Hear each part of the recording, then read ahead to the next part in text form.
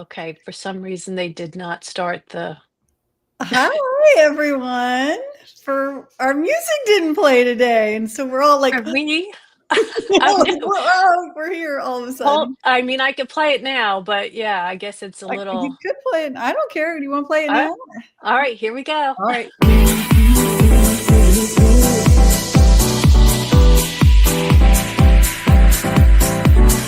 Telling me to dance, taking a chance.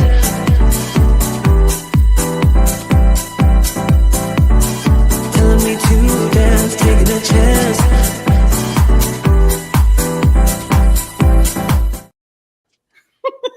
We're back. StreamYard is always changing stuff. I We're having know. trouble streaming to your destination. Well, Uh-oh. I hope we're going where we need to go. Well, Let's welcome, hope so. everyone. Welcome. Yes, we're so happy you're here. We're, in case you didn't know, we're the Isn't It Romantic Book Club. Sharon is our fourth person, and she'll be here in just a minute. Today, we've got a couple of fun things going. We're going to be discussing Sharon's book, A Room with a Groom. And isn't that just the cutest title like you've ever heard in your life? So adorable. Just so cute, so cute. And just as cute as the book was, right? Mhm. And we're also, if you didn't know, we're having the Fall Into a Book giveaway starting today. It's Diana, me, and Jennie and Sharon's giveaways are posting today. So since we're the founding authors, we kind of kick off the pregame for all this. And tomorrow is when the 370, almost 400 authors are all going to be posting their giveaways. So you definitely want to stop in today and tomorrow, and you have all day tomorrow and all day Saturday and on Sunday until the authors close their giveaways. So definitely be sure that you're stopping by and entering all those fun giveaways. So if you don't know me, I'm Abbie Roads. I write dark romantic thrillers. I tell people think like an episode of Criminal Minds meets a love story. And I have a stack of books here. I have Dangerous Dreams, Broken Dreams, Shattered Dreams. These are all standalones, but sort of loosely related in a series. You really don't need to read them in any kind of order. Then there's Defying Evil and Capturing Fate. And I even have hard copies of Defying Evil and Capturing Fate.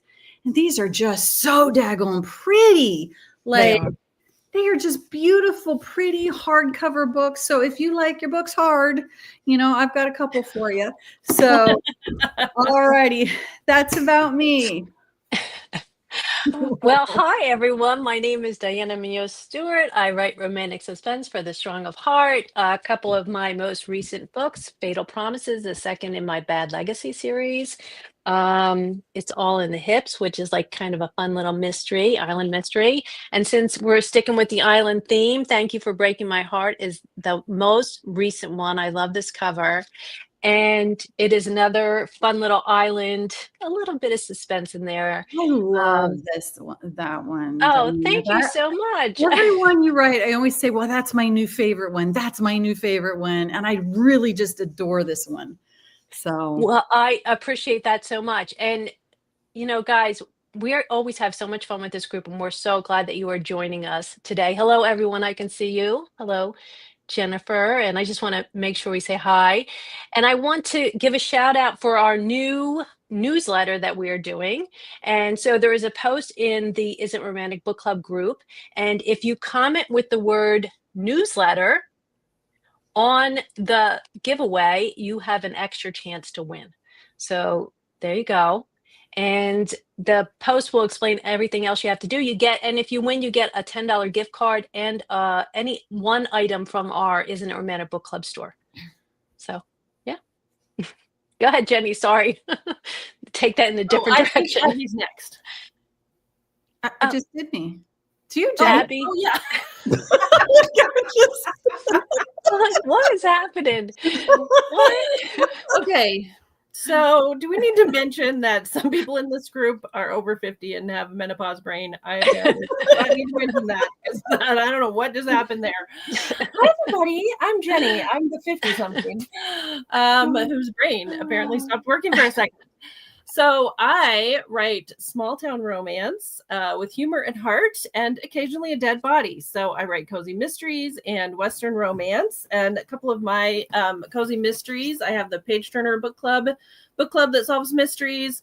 I have the beekeeping series. And if you haven't read this book, this is on sale right now in ebook form for like $2.99. It's the Kindle monthly deal. So if you want to check out one of my mysteries, Kill or Be Killed is on a great sale right now. And it's such a fun, neat book. You guys really should. It is such a neat, fun book. Like, it's like the Great British Bake Off with bees and a murder.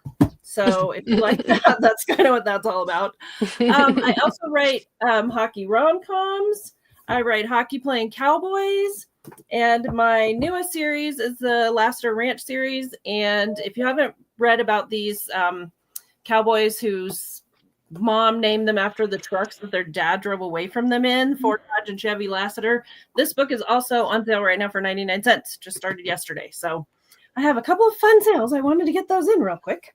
Before I introduce our premier featured author for the day. There you go. There's some over 50 friends. Okay, some other over 50s who know what it's like for your brain to just stop working for one quick little second. Okay, let me introduce our sweet, lovely friend, Sharon. Sharon Wray is a USA Today bestselling author who once worked as a chemical and patent librarian until she settled on her forever career, which is writing romance and women's fiction novels filled with suspense, adventure, and love.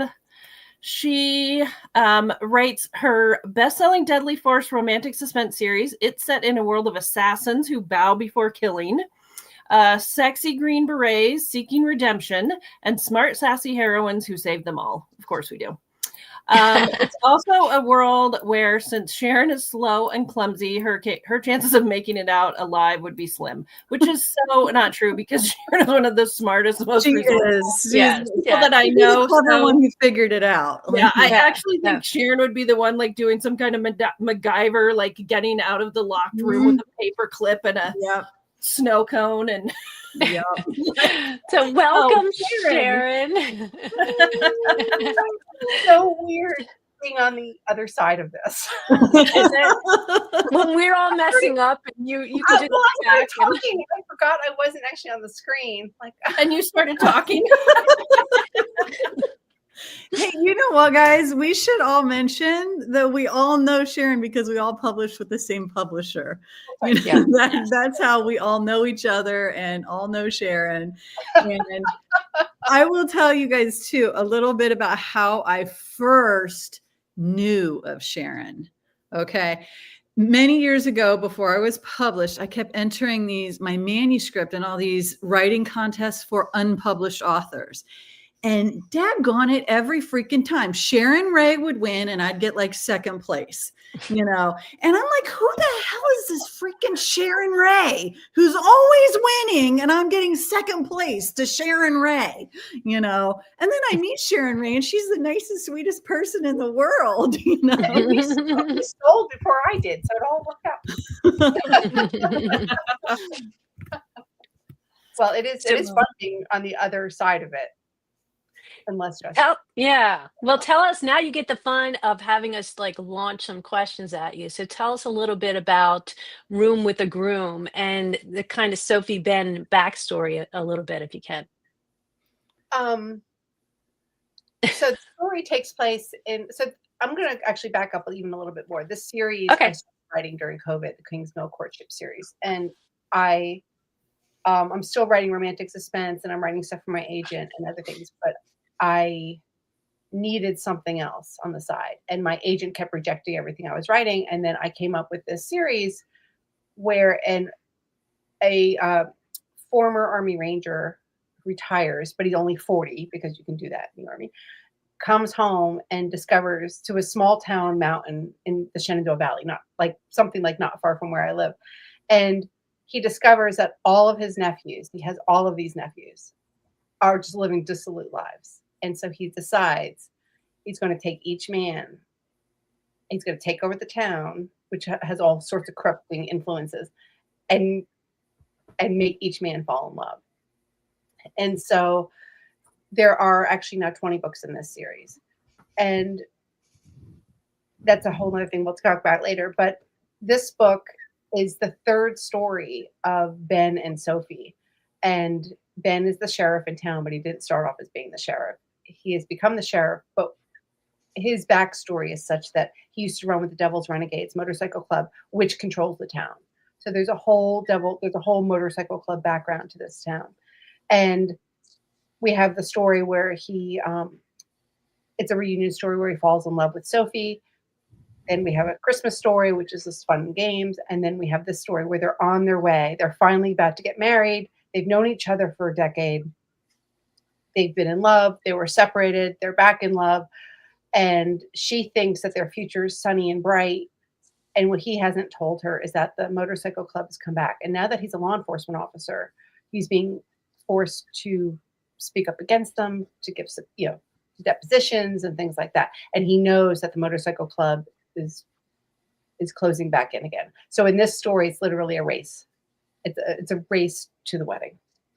And so they're up in a little town farther in the mountains where she's picking up her wedding dress, and all they have to do is drive home to rehearsal dinner and then get married the next day. And this story takes place on that drive home. So I don't want to give too much away, but is that good? No, that's fantastic. Well, and also they weren't just racing against the bad guys; they were racing against a fire. Mm-hmm. Yeah. So on the way home, there's wildfires, and of course I wrote this before the wildfires in California, but we rarely get wildfires in the Shenandoah because we get so much rain. I mean, but they do happen, but it's so wet and rainy, at least up in the Virginia. We're in the Virginia part of the Appalachian Mountains, and they just didn't.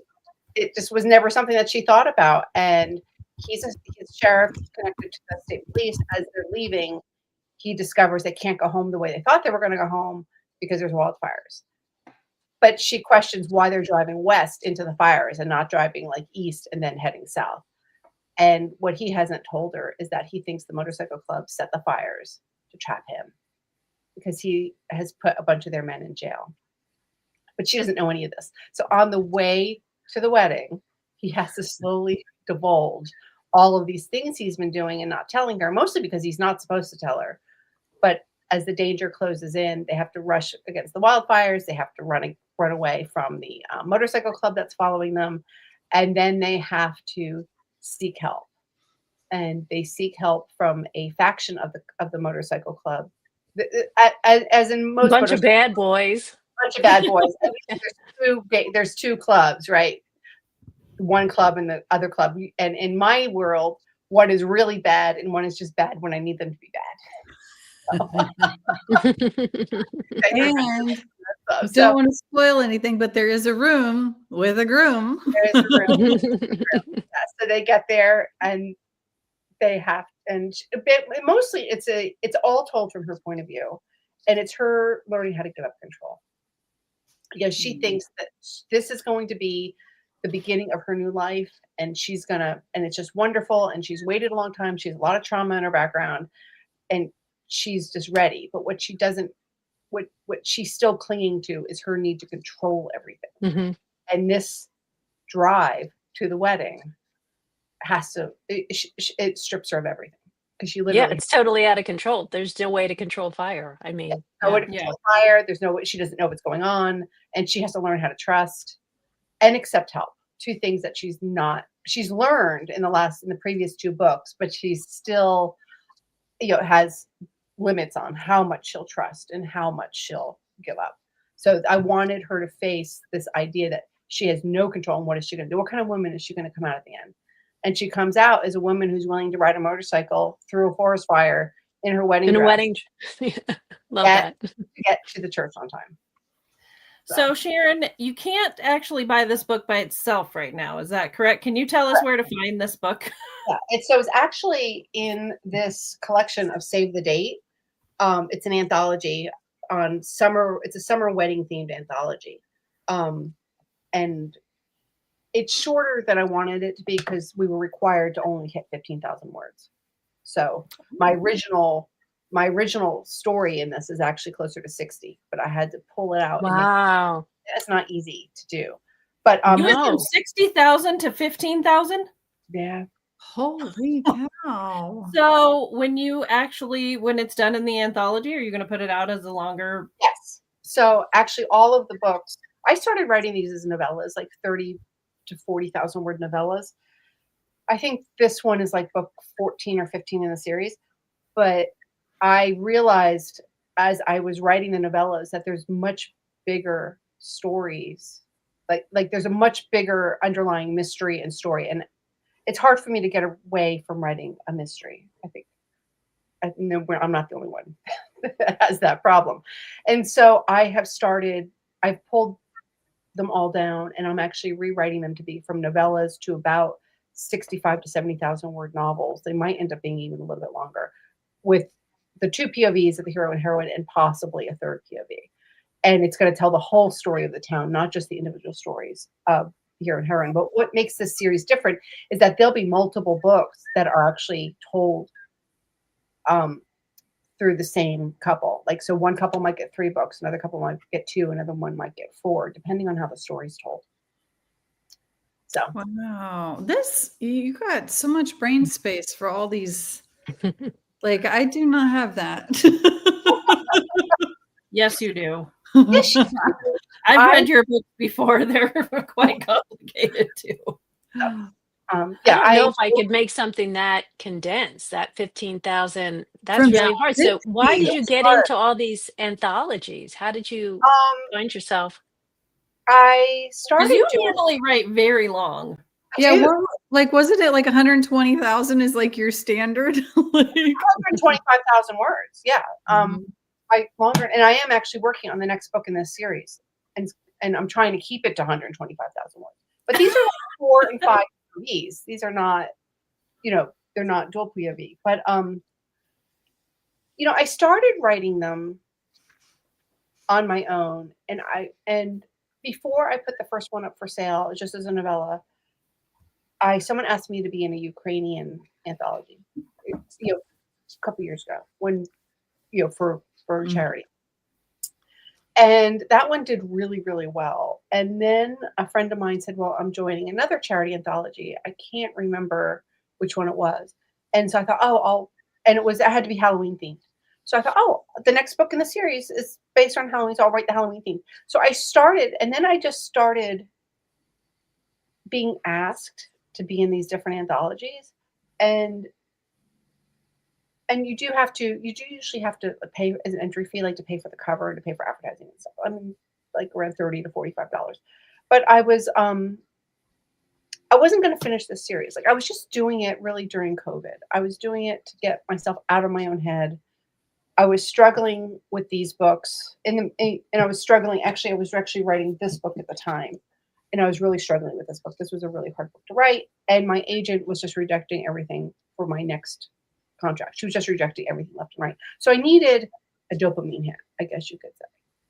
And I found that being in the anthologies made me less lonely, and I started connecting with other authors because for those of you who don't know, RWA, we were all in the Romance Writers of America.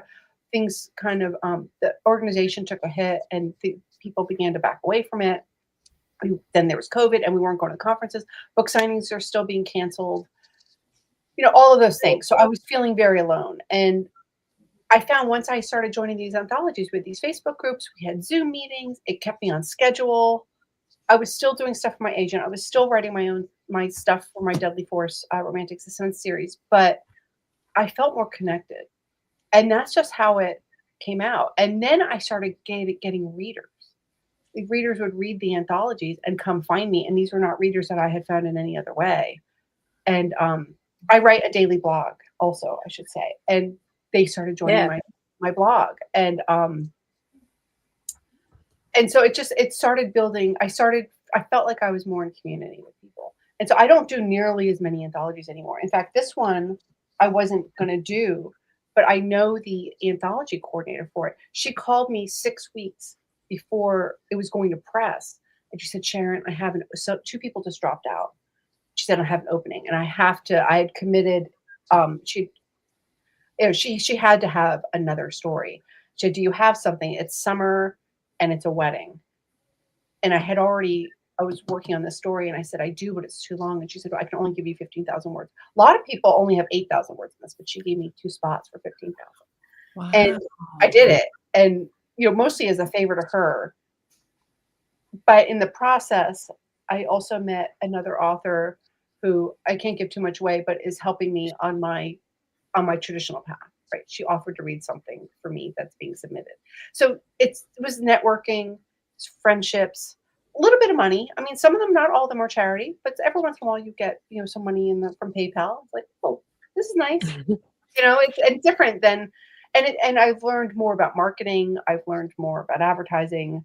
I've learned a lot. Like I've learned a lot about the publishing industry, talking to these women about how they do this. And this woman, the Romance Cafe Publishing, who runs this, this is her business. She just does anthologies. She has 2 a year. I actually don't know if she's doing any in 2026, but up until this year, she was doing 2 a year. And that was her side gig. So she would get a small management fee, and she would just do all the advertising. She would use written word media to do all of the stack buying of newsletters and things like that. And she kept a very careful spreadsheet, and her and a couple other anthology coordinators really taught me like what's working, what's not working.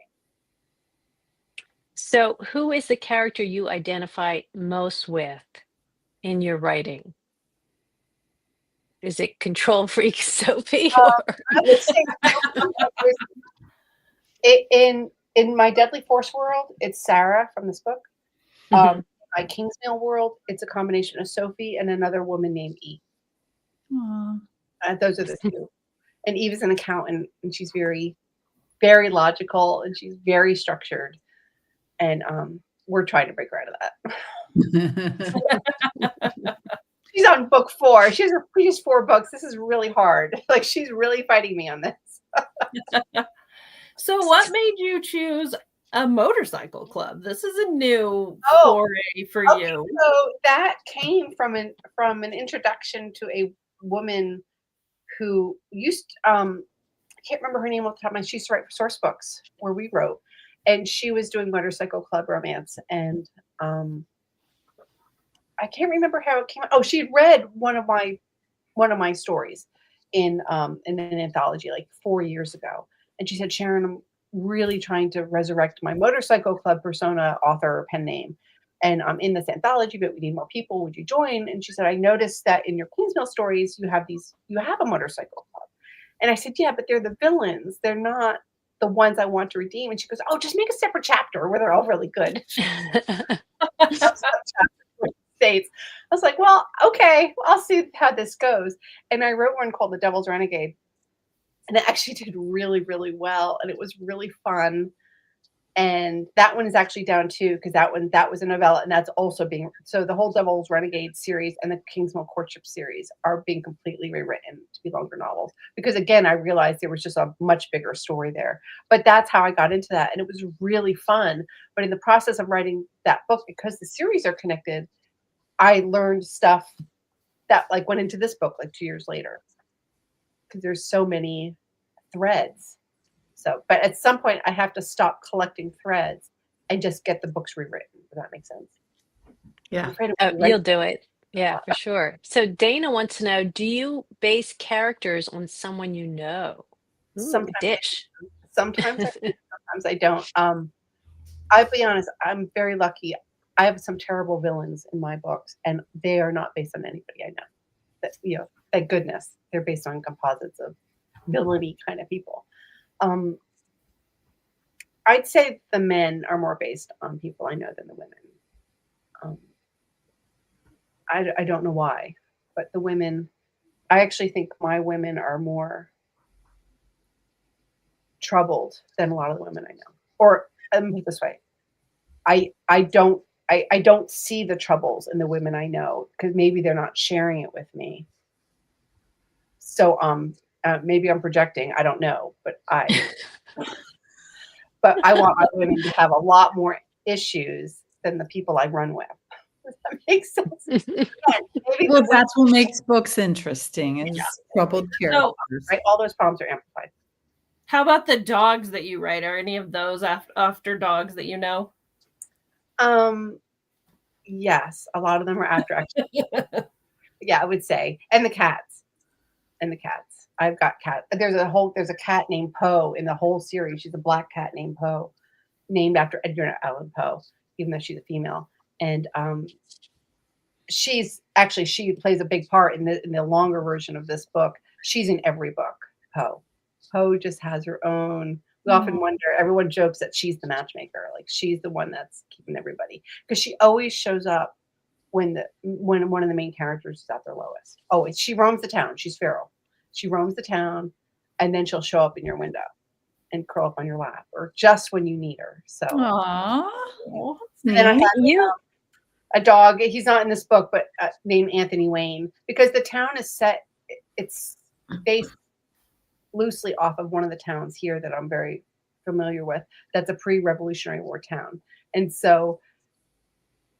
The other thing about this town is that it used to be like Williamsburg. Everybody would come. There'd be festivals. There'd be apples. There'd be all these events. And over the years, because of the motorcycle club, they lost all of their tourists. And now it's a dying town. And there's a lot of the store shops are closed. People have moved out. And the towns farther south and deeper in the mountains, like that have ski resorts, or they're the ones that are really thriving. But this town is not thriving at all. And they keep trying to do things like reopen the General's Tavern, where a Revolutionary War general spent the night, but he's not a famous Revolutionary War general, so nobody knows who he is. You can't say, "Oh, George Washington slept here." So it's little things like that. And Anthony Wayne, they named the dog Anthony Wayne because he's in all of the pictures, like in the newspaper, trying to garner people to get back, because they're hoping that people know who Anthony Wayne is, even though a lot of people, again, if it's not George Washington, they might not know anything about the Revolution. So. He's a dog that kind of lopes around the series. So I'm sorry, Jenny, what do I plan on writing more of the series, Barbara? Yes. Right now, I actually don't. I think I've written 20. There's 24 in the series completely outlined. And I know Barbara very sweetly has read a lot of these. She's on my ARC team. And I really appreciate any feedback she gives me, because like I said, I'm republishing these to be the longer series, the longer version of these books that include the resurrection of the town, the whole iteration of this town trying to become self-sustaining again, because it's on a doom spiral economically. So yes, so there's at least 4 more books in the series that I know of. Wow. And so how many have you been putting out every year? Like that 20 kind of snuck up on me. I've been writing 4 to 6. Oh, 4 to wow. 6 a year? Again, and yes, but again, they've been in novella form coming out in anthologies, and I've been using them as magnets and other things. I stopped putting them up on KDP because I knew I needed to rewrite them. But I kept writing them.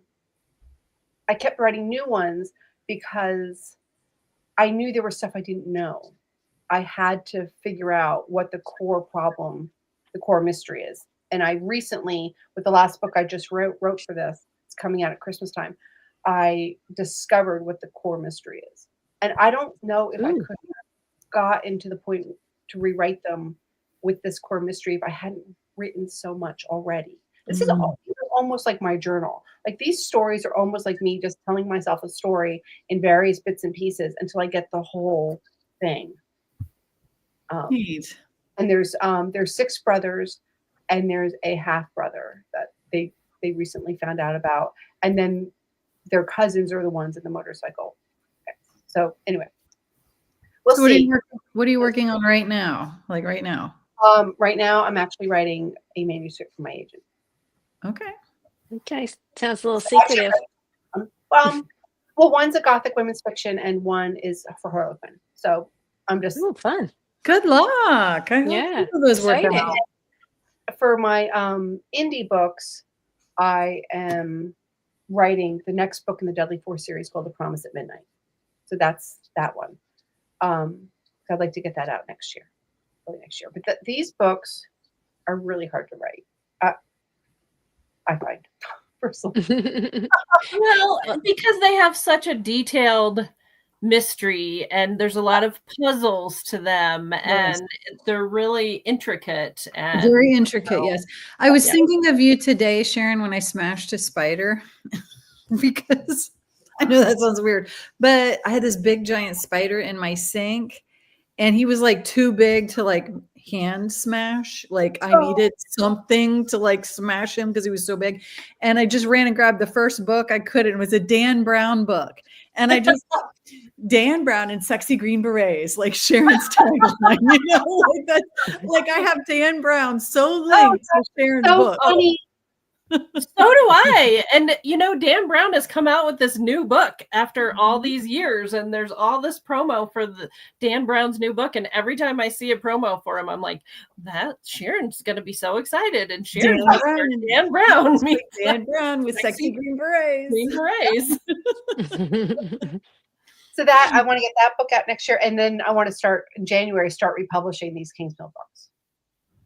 Ideally, I'd like to, get them I'd like to get on a schedule where I can put out one a month, because they're already outlined. Most of them have 40 to 50,000 words already written, so it's just a matter of adding in that other layer and then getting them out. So we'll see. I will. I'm not sure if I'm going to put them in KU or not. I probably will. Nice. So all right, fun. Yeah, so fun things to think about. Well, Dana wants to know if they can be read as standalones. Yes. Yeah, they can. I try to write them, especially now because they're novellas and some of them have been anthologies. I keep them they're shorter, and I keep them very standalone-ish. Definitely. Hi. Oh, hi, Crystal. And someone asked about how we all first met each other. And I was trying to think about how many years ago it was. I bet you we've known each other for a decade, easy. Oh, easy. Oh, easy. Oh, wow. Because I knew at least you a all decade. before I got I know Sharon before I got published. I got published in For 14 or 13 or 14, probably 20. Yeah, RWA, yeah. Yeah. Sharon and I signed with Sourcebooks at the same time. I remember being on the bus, meeting you on the bus at our first Sourcebooks event. Oh, Party Bus Day. I remember Party Bus. Things, and I met Sharon there. And then I think it was, I don't know whether it was later that year, but we were all in Reno. Weren't we all in Reno together? Is that? I don't think. No, that's where we met Diana. That's where I met Diana, and we did Denver, RWA Denver, and we were all together. New Orleans. Remember we did New Orleans. We were all together. Yeah. Yeah. So we started out and met each other. What? We're roommates in New Orleans. We were roommates in New Orleans. Yeah, and Denver. Yeah. So known each other a long time, met each other through writing for the same publishing house through Sourcebooks. Mm-hmm. And just all adore each other. And I can't remember, we were at breakfast one day. Remember it was a Sourcebooks breakfast? And we started talking about the Isn't It Romantic book club. Oh, yeah. I don't remember that. I don't remember that either. What happened? Yes. I think all four of us can say we've written a book that started in a certain way and then ended up in a different state. Yes. Oh, yeah. The last one I just wrote, it kind of just got out of control. It's like, whatever. Okay, here we go. Here we go. Diana, like I said, I really love that. I love that book. Really. Oh, good. Oh, good. That's my favorite. You just like the prologue in it with her email. So good. Oh, really? Oh, yeah, good. So good. Okay. That had me hooked right there. So, all right. Well, awesome. Yeah. So Sharon, who are your auto-buy authors, Sharon? Well, I think I've mentioned this before. J.R. Ward is probably my favorite author. And I do love Christine Feehan. I love all the paranormal authors. I don't write it, but I love to read it. I absolutely, Sherilyn Kenyon, I just love them. Laurel K. Hamilton. Oh gosh, I have not read Laurel K. Hamilton ever. Isn't that weird? Oh, you haven't? Yeah, I'm surprised because she's come dark. You would like her. Yeah, I'm sure I would. I just never have for some reason. Isn't that weird? I do love the Motorcycle Club canon, I guess I should say. I've been really enjoying that. And so I've been reading all of the Christian, but I'm behind. So I'm reading all the Christian Ashley books right now. Okay. My very first Kristen Ashley book was Motorcycle Man. Yes, that was mine too. I loved And I was it. like, sold, like Tack, man. I have read that book so many times. And I will say, J.T. Geisinger, I don't love darker romance. I mean, I love Abbie. I can go a little bit darker than Abbie, and JT can go darker than that. But I will say Pen Pal blew me away. It was one of my all-time favorite. Wow, but the ending. I know. And so anyway, but you know what it was? I think because I didn't see it, and I'm very, very good at picking apart, like knowing the answer. I'm very good at knowing who did it. I don't want to give anything away, but who would have thought of that being the ending? I know. But so, Abbie, I think it's funny that you said you read that book several times. So for those of you that are watching, put in the comments if you guys reread books, or I feel like there's so many books to read. I can't think of any book that I've ever reread. Maybe a Janet Ivanovich. I've listened to Janet Ivanovich on audiobook and read her books, but there's always another book that I want to read. So those of you that are in the comments or watching, put in the comments if you like to reread books or if you're always going on to the next one. See, when I love a book, I will reread it. If I don't love it, I won't reread it. If I love it, it's okay. Like I won't reread it. But if I've got to love it to like, and you'll reread it, and I'll reread it if I love it. That's funny. I've read so many times, like probably 10 plus times I've reread.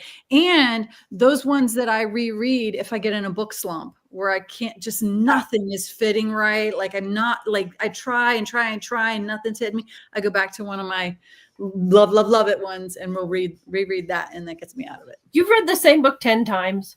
Probably more. And it's another Kristen Ashley one, The Golden Dynasty, which is so dark. Don't everybody go run out and get it. But, like it is really super dark, but that is one of my all-time hit up their favorite books. Wow. Like I've read that one probably more than 10 times. When I went away, I reread all 4 of the Practical Magic books by Alice Hoffman. Magic Lessons, Practical Magic. It's the 4th one because the movie they're making they're making a second movie. I've never even read those books at all. They're very different from the movie. Like, and I love the movie. It's one of the few instances I think where I like the movie better than the book because I love my favorite parts of the book and made it movie. There were some parts of the book I didn't love, but I like the series. So, and I can't remember the name of there's 4 books in the series, and they were all published out of order. Practical Magic, which is book 3, was first. 10 years later, there was the prequel to that. And then like 5 years later, there was the prequel to the prequel. And then like another 8 years later, there was the final book, which is the one that. And see, this is why Sharon's the smart one of our group. Because she knew that those were books and I didn't even know they were books. I knew they were books. I knew they were books. I just thought I didn't know there was 4 of them. There wasn't when the movie came out. There was only 1 book. Oh, and they really, again, it's very different. I like the movie. I think the movie's happier and more rom-com-y than the book is. But the book does have a happy ending. I'm not going to say it doesn't. The book does have a happy ending. One of my most favorite books is Britt Marie Was Here by Frederick Bachman. I don't know if you've read Britt Marie Was Here. It's kind of a shoot off of My Grandmother Said to Tell You I'm Sorry. And I love Frederick Bachman so much. I loved this book so much that I just watched it in Swedish with all subtitles. Like Frederick Bachman is Swedish and the books are all translated into English, but the movies, they make all of his books into movies. And I watched that movie last week in Swedish. What's all subtitles because I love that book so much. What's the name of it, Jenny? Britt Marie Was Here. Britt Marie Was Here. Yeah. It's a found family kind of. Oh, I just love everything that man writes. Well, he's the guy that wrote A Man Called Uwe. Oh, yeah. Okay. Yeah. So that's his. So Joanna wants to know, do any of you have a favorite way to celebrate when you finish writing a book or on a release? My husband and I will go out every time I finish a book or go on release. We'll just go out for appetizers and maybe a cocktail, maybe not. I don't drink that much. So but we'll go to one of our favorite little restaurants and we'll just order some appetizers and celebrate a little bit, but nothing. No, we're so blasé about it. Yeah, I'm whatever. I'm thinking like I do nothing. I finish a book. It's never done when you think it's done. There's kind of a letdown when you finish, though, right? And it's like kinda there's always oh. something else. Like when I see authors all the time, like, oh look, I typed the end, and I'm like, you can type that, but I'm gonna have to go back in and like change around 5 chapters and rewrite something. So it's not really the end, And so I feel like I never celebrate because it's really never done. Even after I publish it, somebody will point out some glaring, horrible typo in there, and I still have to go back in and change it again. Yeah, that's true. Done, I feel like I'm almost always finishing a book at like 2:00 in the morning, 1:00 in the morning, because I'm always like get close to deadline and then I'm just screeching in and working like mad the last several days. And so for me, almost every book that I've finished, 39 books, I write the end and I lean back in my chair and I just start bawling. Aww. Like I just have this big like stress release. I'm a big cry. Yeah. So I just let like all the emotion out. Like I did it. It's 1:30 in the morning, but I did it. I wrote the end. Wow. That's awesome. Well, I don't know if it's awesome. And then usually the next, like the first free day I have, I'll like read a book that day or veg out on TV, and I'll probably make my husband. I do the same thing the day after I finish a book. I usually like do admin stuff, clean my office. Oh, I do nothing. I don't even open my computer. I'm like, okay, I'm done. I'm finished. I need a day to just let my brain. Oh, Tammy asked, how did it feel when you got your very first book published? Yeah. I know personally it was just extraordinary. Like I cried. It was just wonderful for me. I was so happy. Guys, I'm like the weirdo, and I know I'm always the weirdo. It was a letdown to me. Like sorry, it really was. It was like a horrible letdown. It's like I had worked balls to the wall for like 6 years. So hard. I probably worked on top of my job 40 to 50 hours a week writing, and get my first book comes out and it's like, okay, I have a thing to hold. Like that's it. Like nothing else happened. I just have something to put in my hand, and it just, I don't know what I thought would happen, or like I would think like, oh, I arrived, but like I don't know, it was just such a weird emotional letdown to me for some reason. I'm like I said, I'm always the weird one. So. I feel like I had different reactions for my very first book was indie published, and it came out on my birthday. So all my girlfriends, we all went out to breakfast on my birthday. That's horribly special. Look at that on your birthday. Yeah, 4 days before Christmas. So like we did that, and then, but that was the indie book. So then when my first traditional book got published, then it was kind of a whole different feeling, but it was more digital first. But the first time when my book was like in the grocery store, I feel like that Caught Up in a Cowboy, when that book was in the grocery store, and when I stood in Walmart and looked at the book, I mean, it's going to be hard for you guys to imagine this, but I just stood there and bawled. So I just cried. At Target. Yeah. Seeing your book in a major retailer like that I found profoundly affecting. It was great. Yeah, I don't know why I didn't. Honestly, I felt like I don't know. Like I said, I'm always very weird. I'm always the weirdo in things, but I just felt like it was just a letdown. Like, this Diana, is it? how about you? I stayed up till midnight. I was like ready, wait for the next day to be an actual published author. It's 12:01. Okay, it's here. I'm a published author, and I went to Barnes and Noble. Like, hey, you want me to sign your books? Like, so I was a big dork about it. Yeah. The first one I had published, and I did that day it came out. Went to Barnes and Noble. My husband took the day off, and we went because we don't have. Our nearest bookstore is an hour away. so we had to Oh yeah. drive an hour to go look at it in the store. So I did do that. Yeah, see, that's fun. I did a little something, yeah. I want to save this one comment. I know, right? You have no idea, Laurel, the glamour of this stuff. Glamour. Oh man. Yes. This is okay. If you could get one series or just one book put to film, which would it be? For me, it would be my Deadly Force series, I think. I think that would translate well to film. I think that would too, because like Dan Brown and Sexy Green Berets, like, come on. Yeah. A lot of external action. I think Kingsmill would be harder because there's so much internal. I mean, it's just not as externally focused. So. I think for me, it would be the Credence horse rescue books. Like, I lived in that world for so long. I love that ranch. I love all the different people. I love all the animals.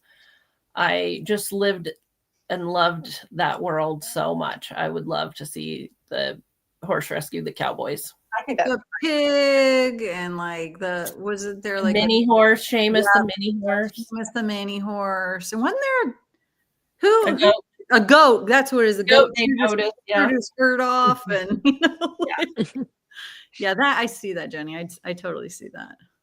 Yeah, I think Bad Legacy, the Bad Legacy Oh, series. I would would love agree to with see. that. Yes. Broken Promise, Fatal Promises, and the next one coming out is Hard Promises. So When's that coming out?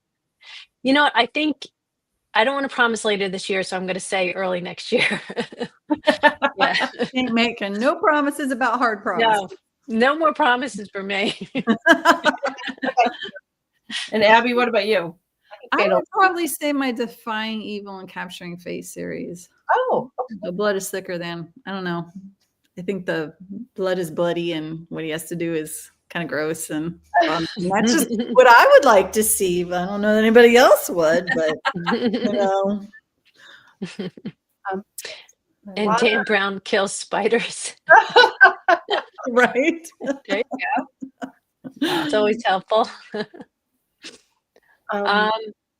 So I think we have a time for one more question. So Renee wants to know, are you more plotter or pantser as to writing? I'm both.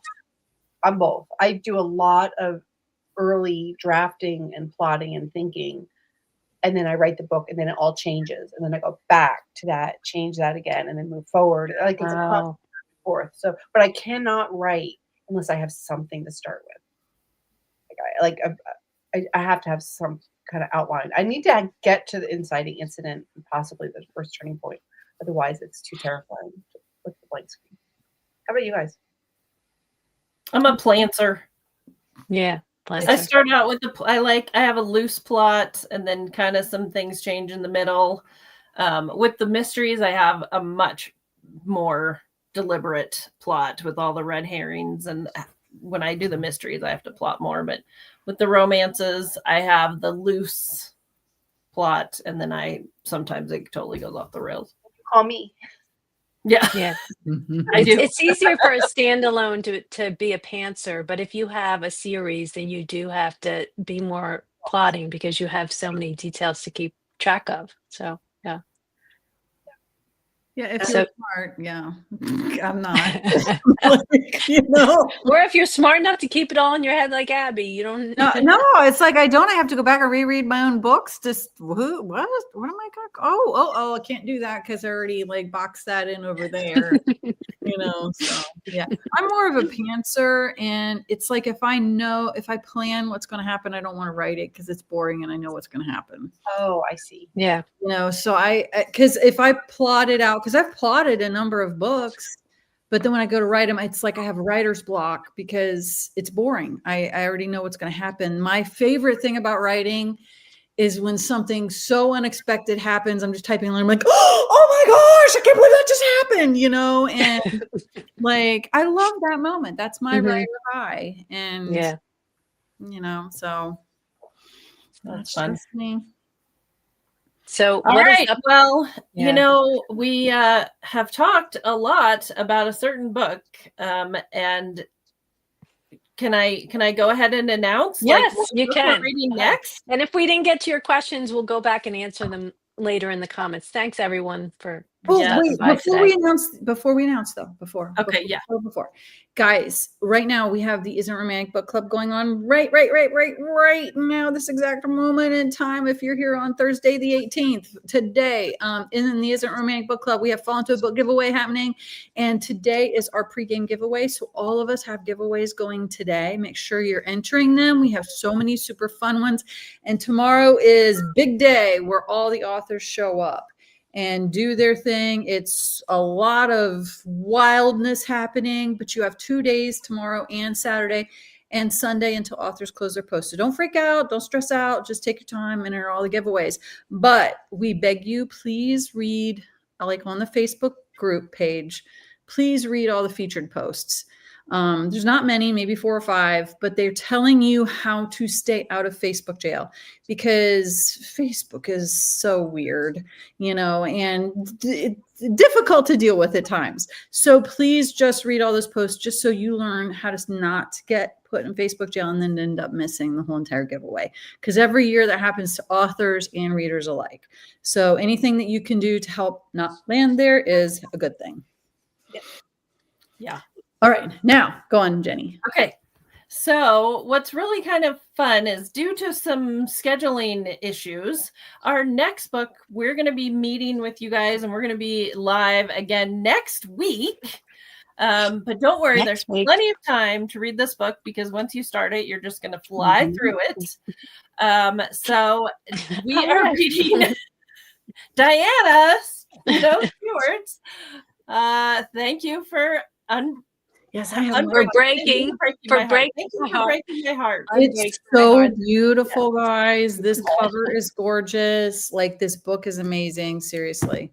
Oh, thank you. You have to read it. So look forward to seeing all of you next week. And like I said, we have like Abbie said, we have giveaways going, and there is one in the group. So if you scroll down and see the one for our newsletters, we're starting a newsletter. If you sign up for the newsletter, and then post there, comment there, you're entered. And if you also comment the word newsletter under that, you're entered a second time. So you have a second chance to win.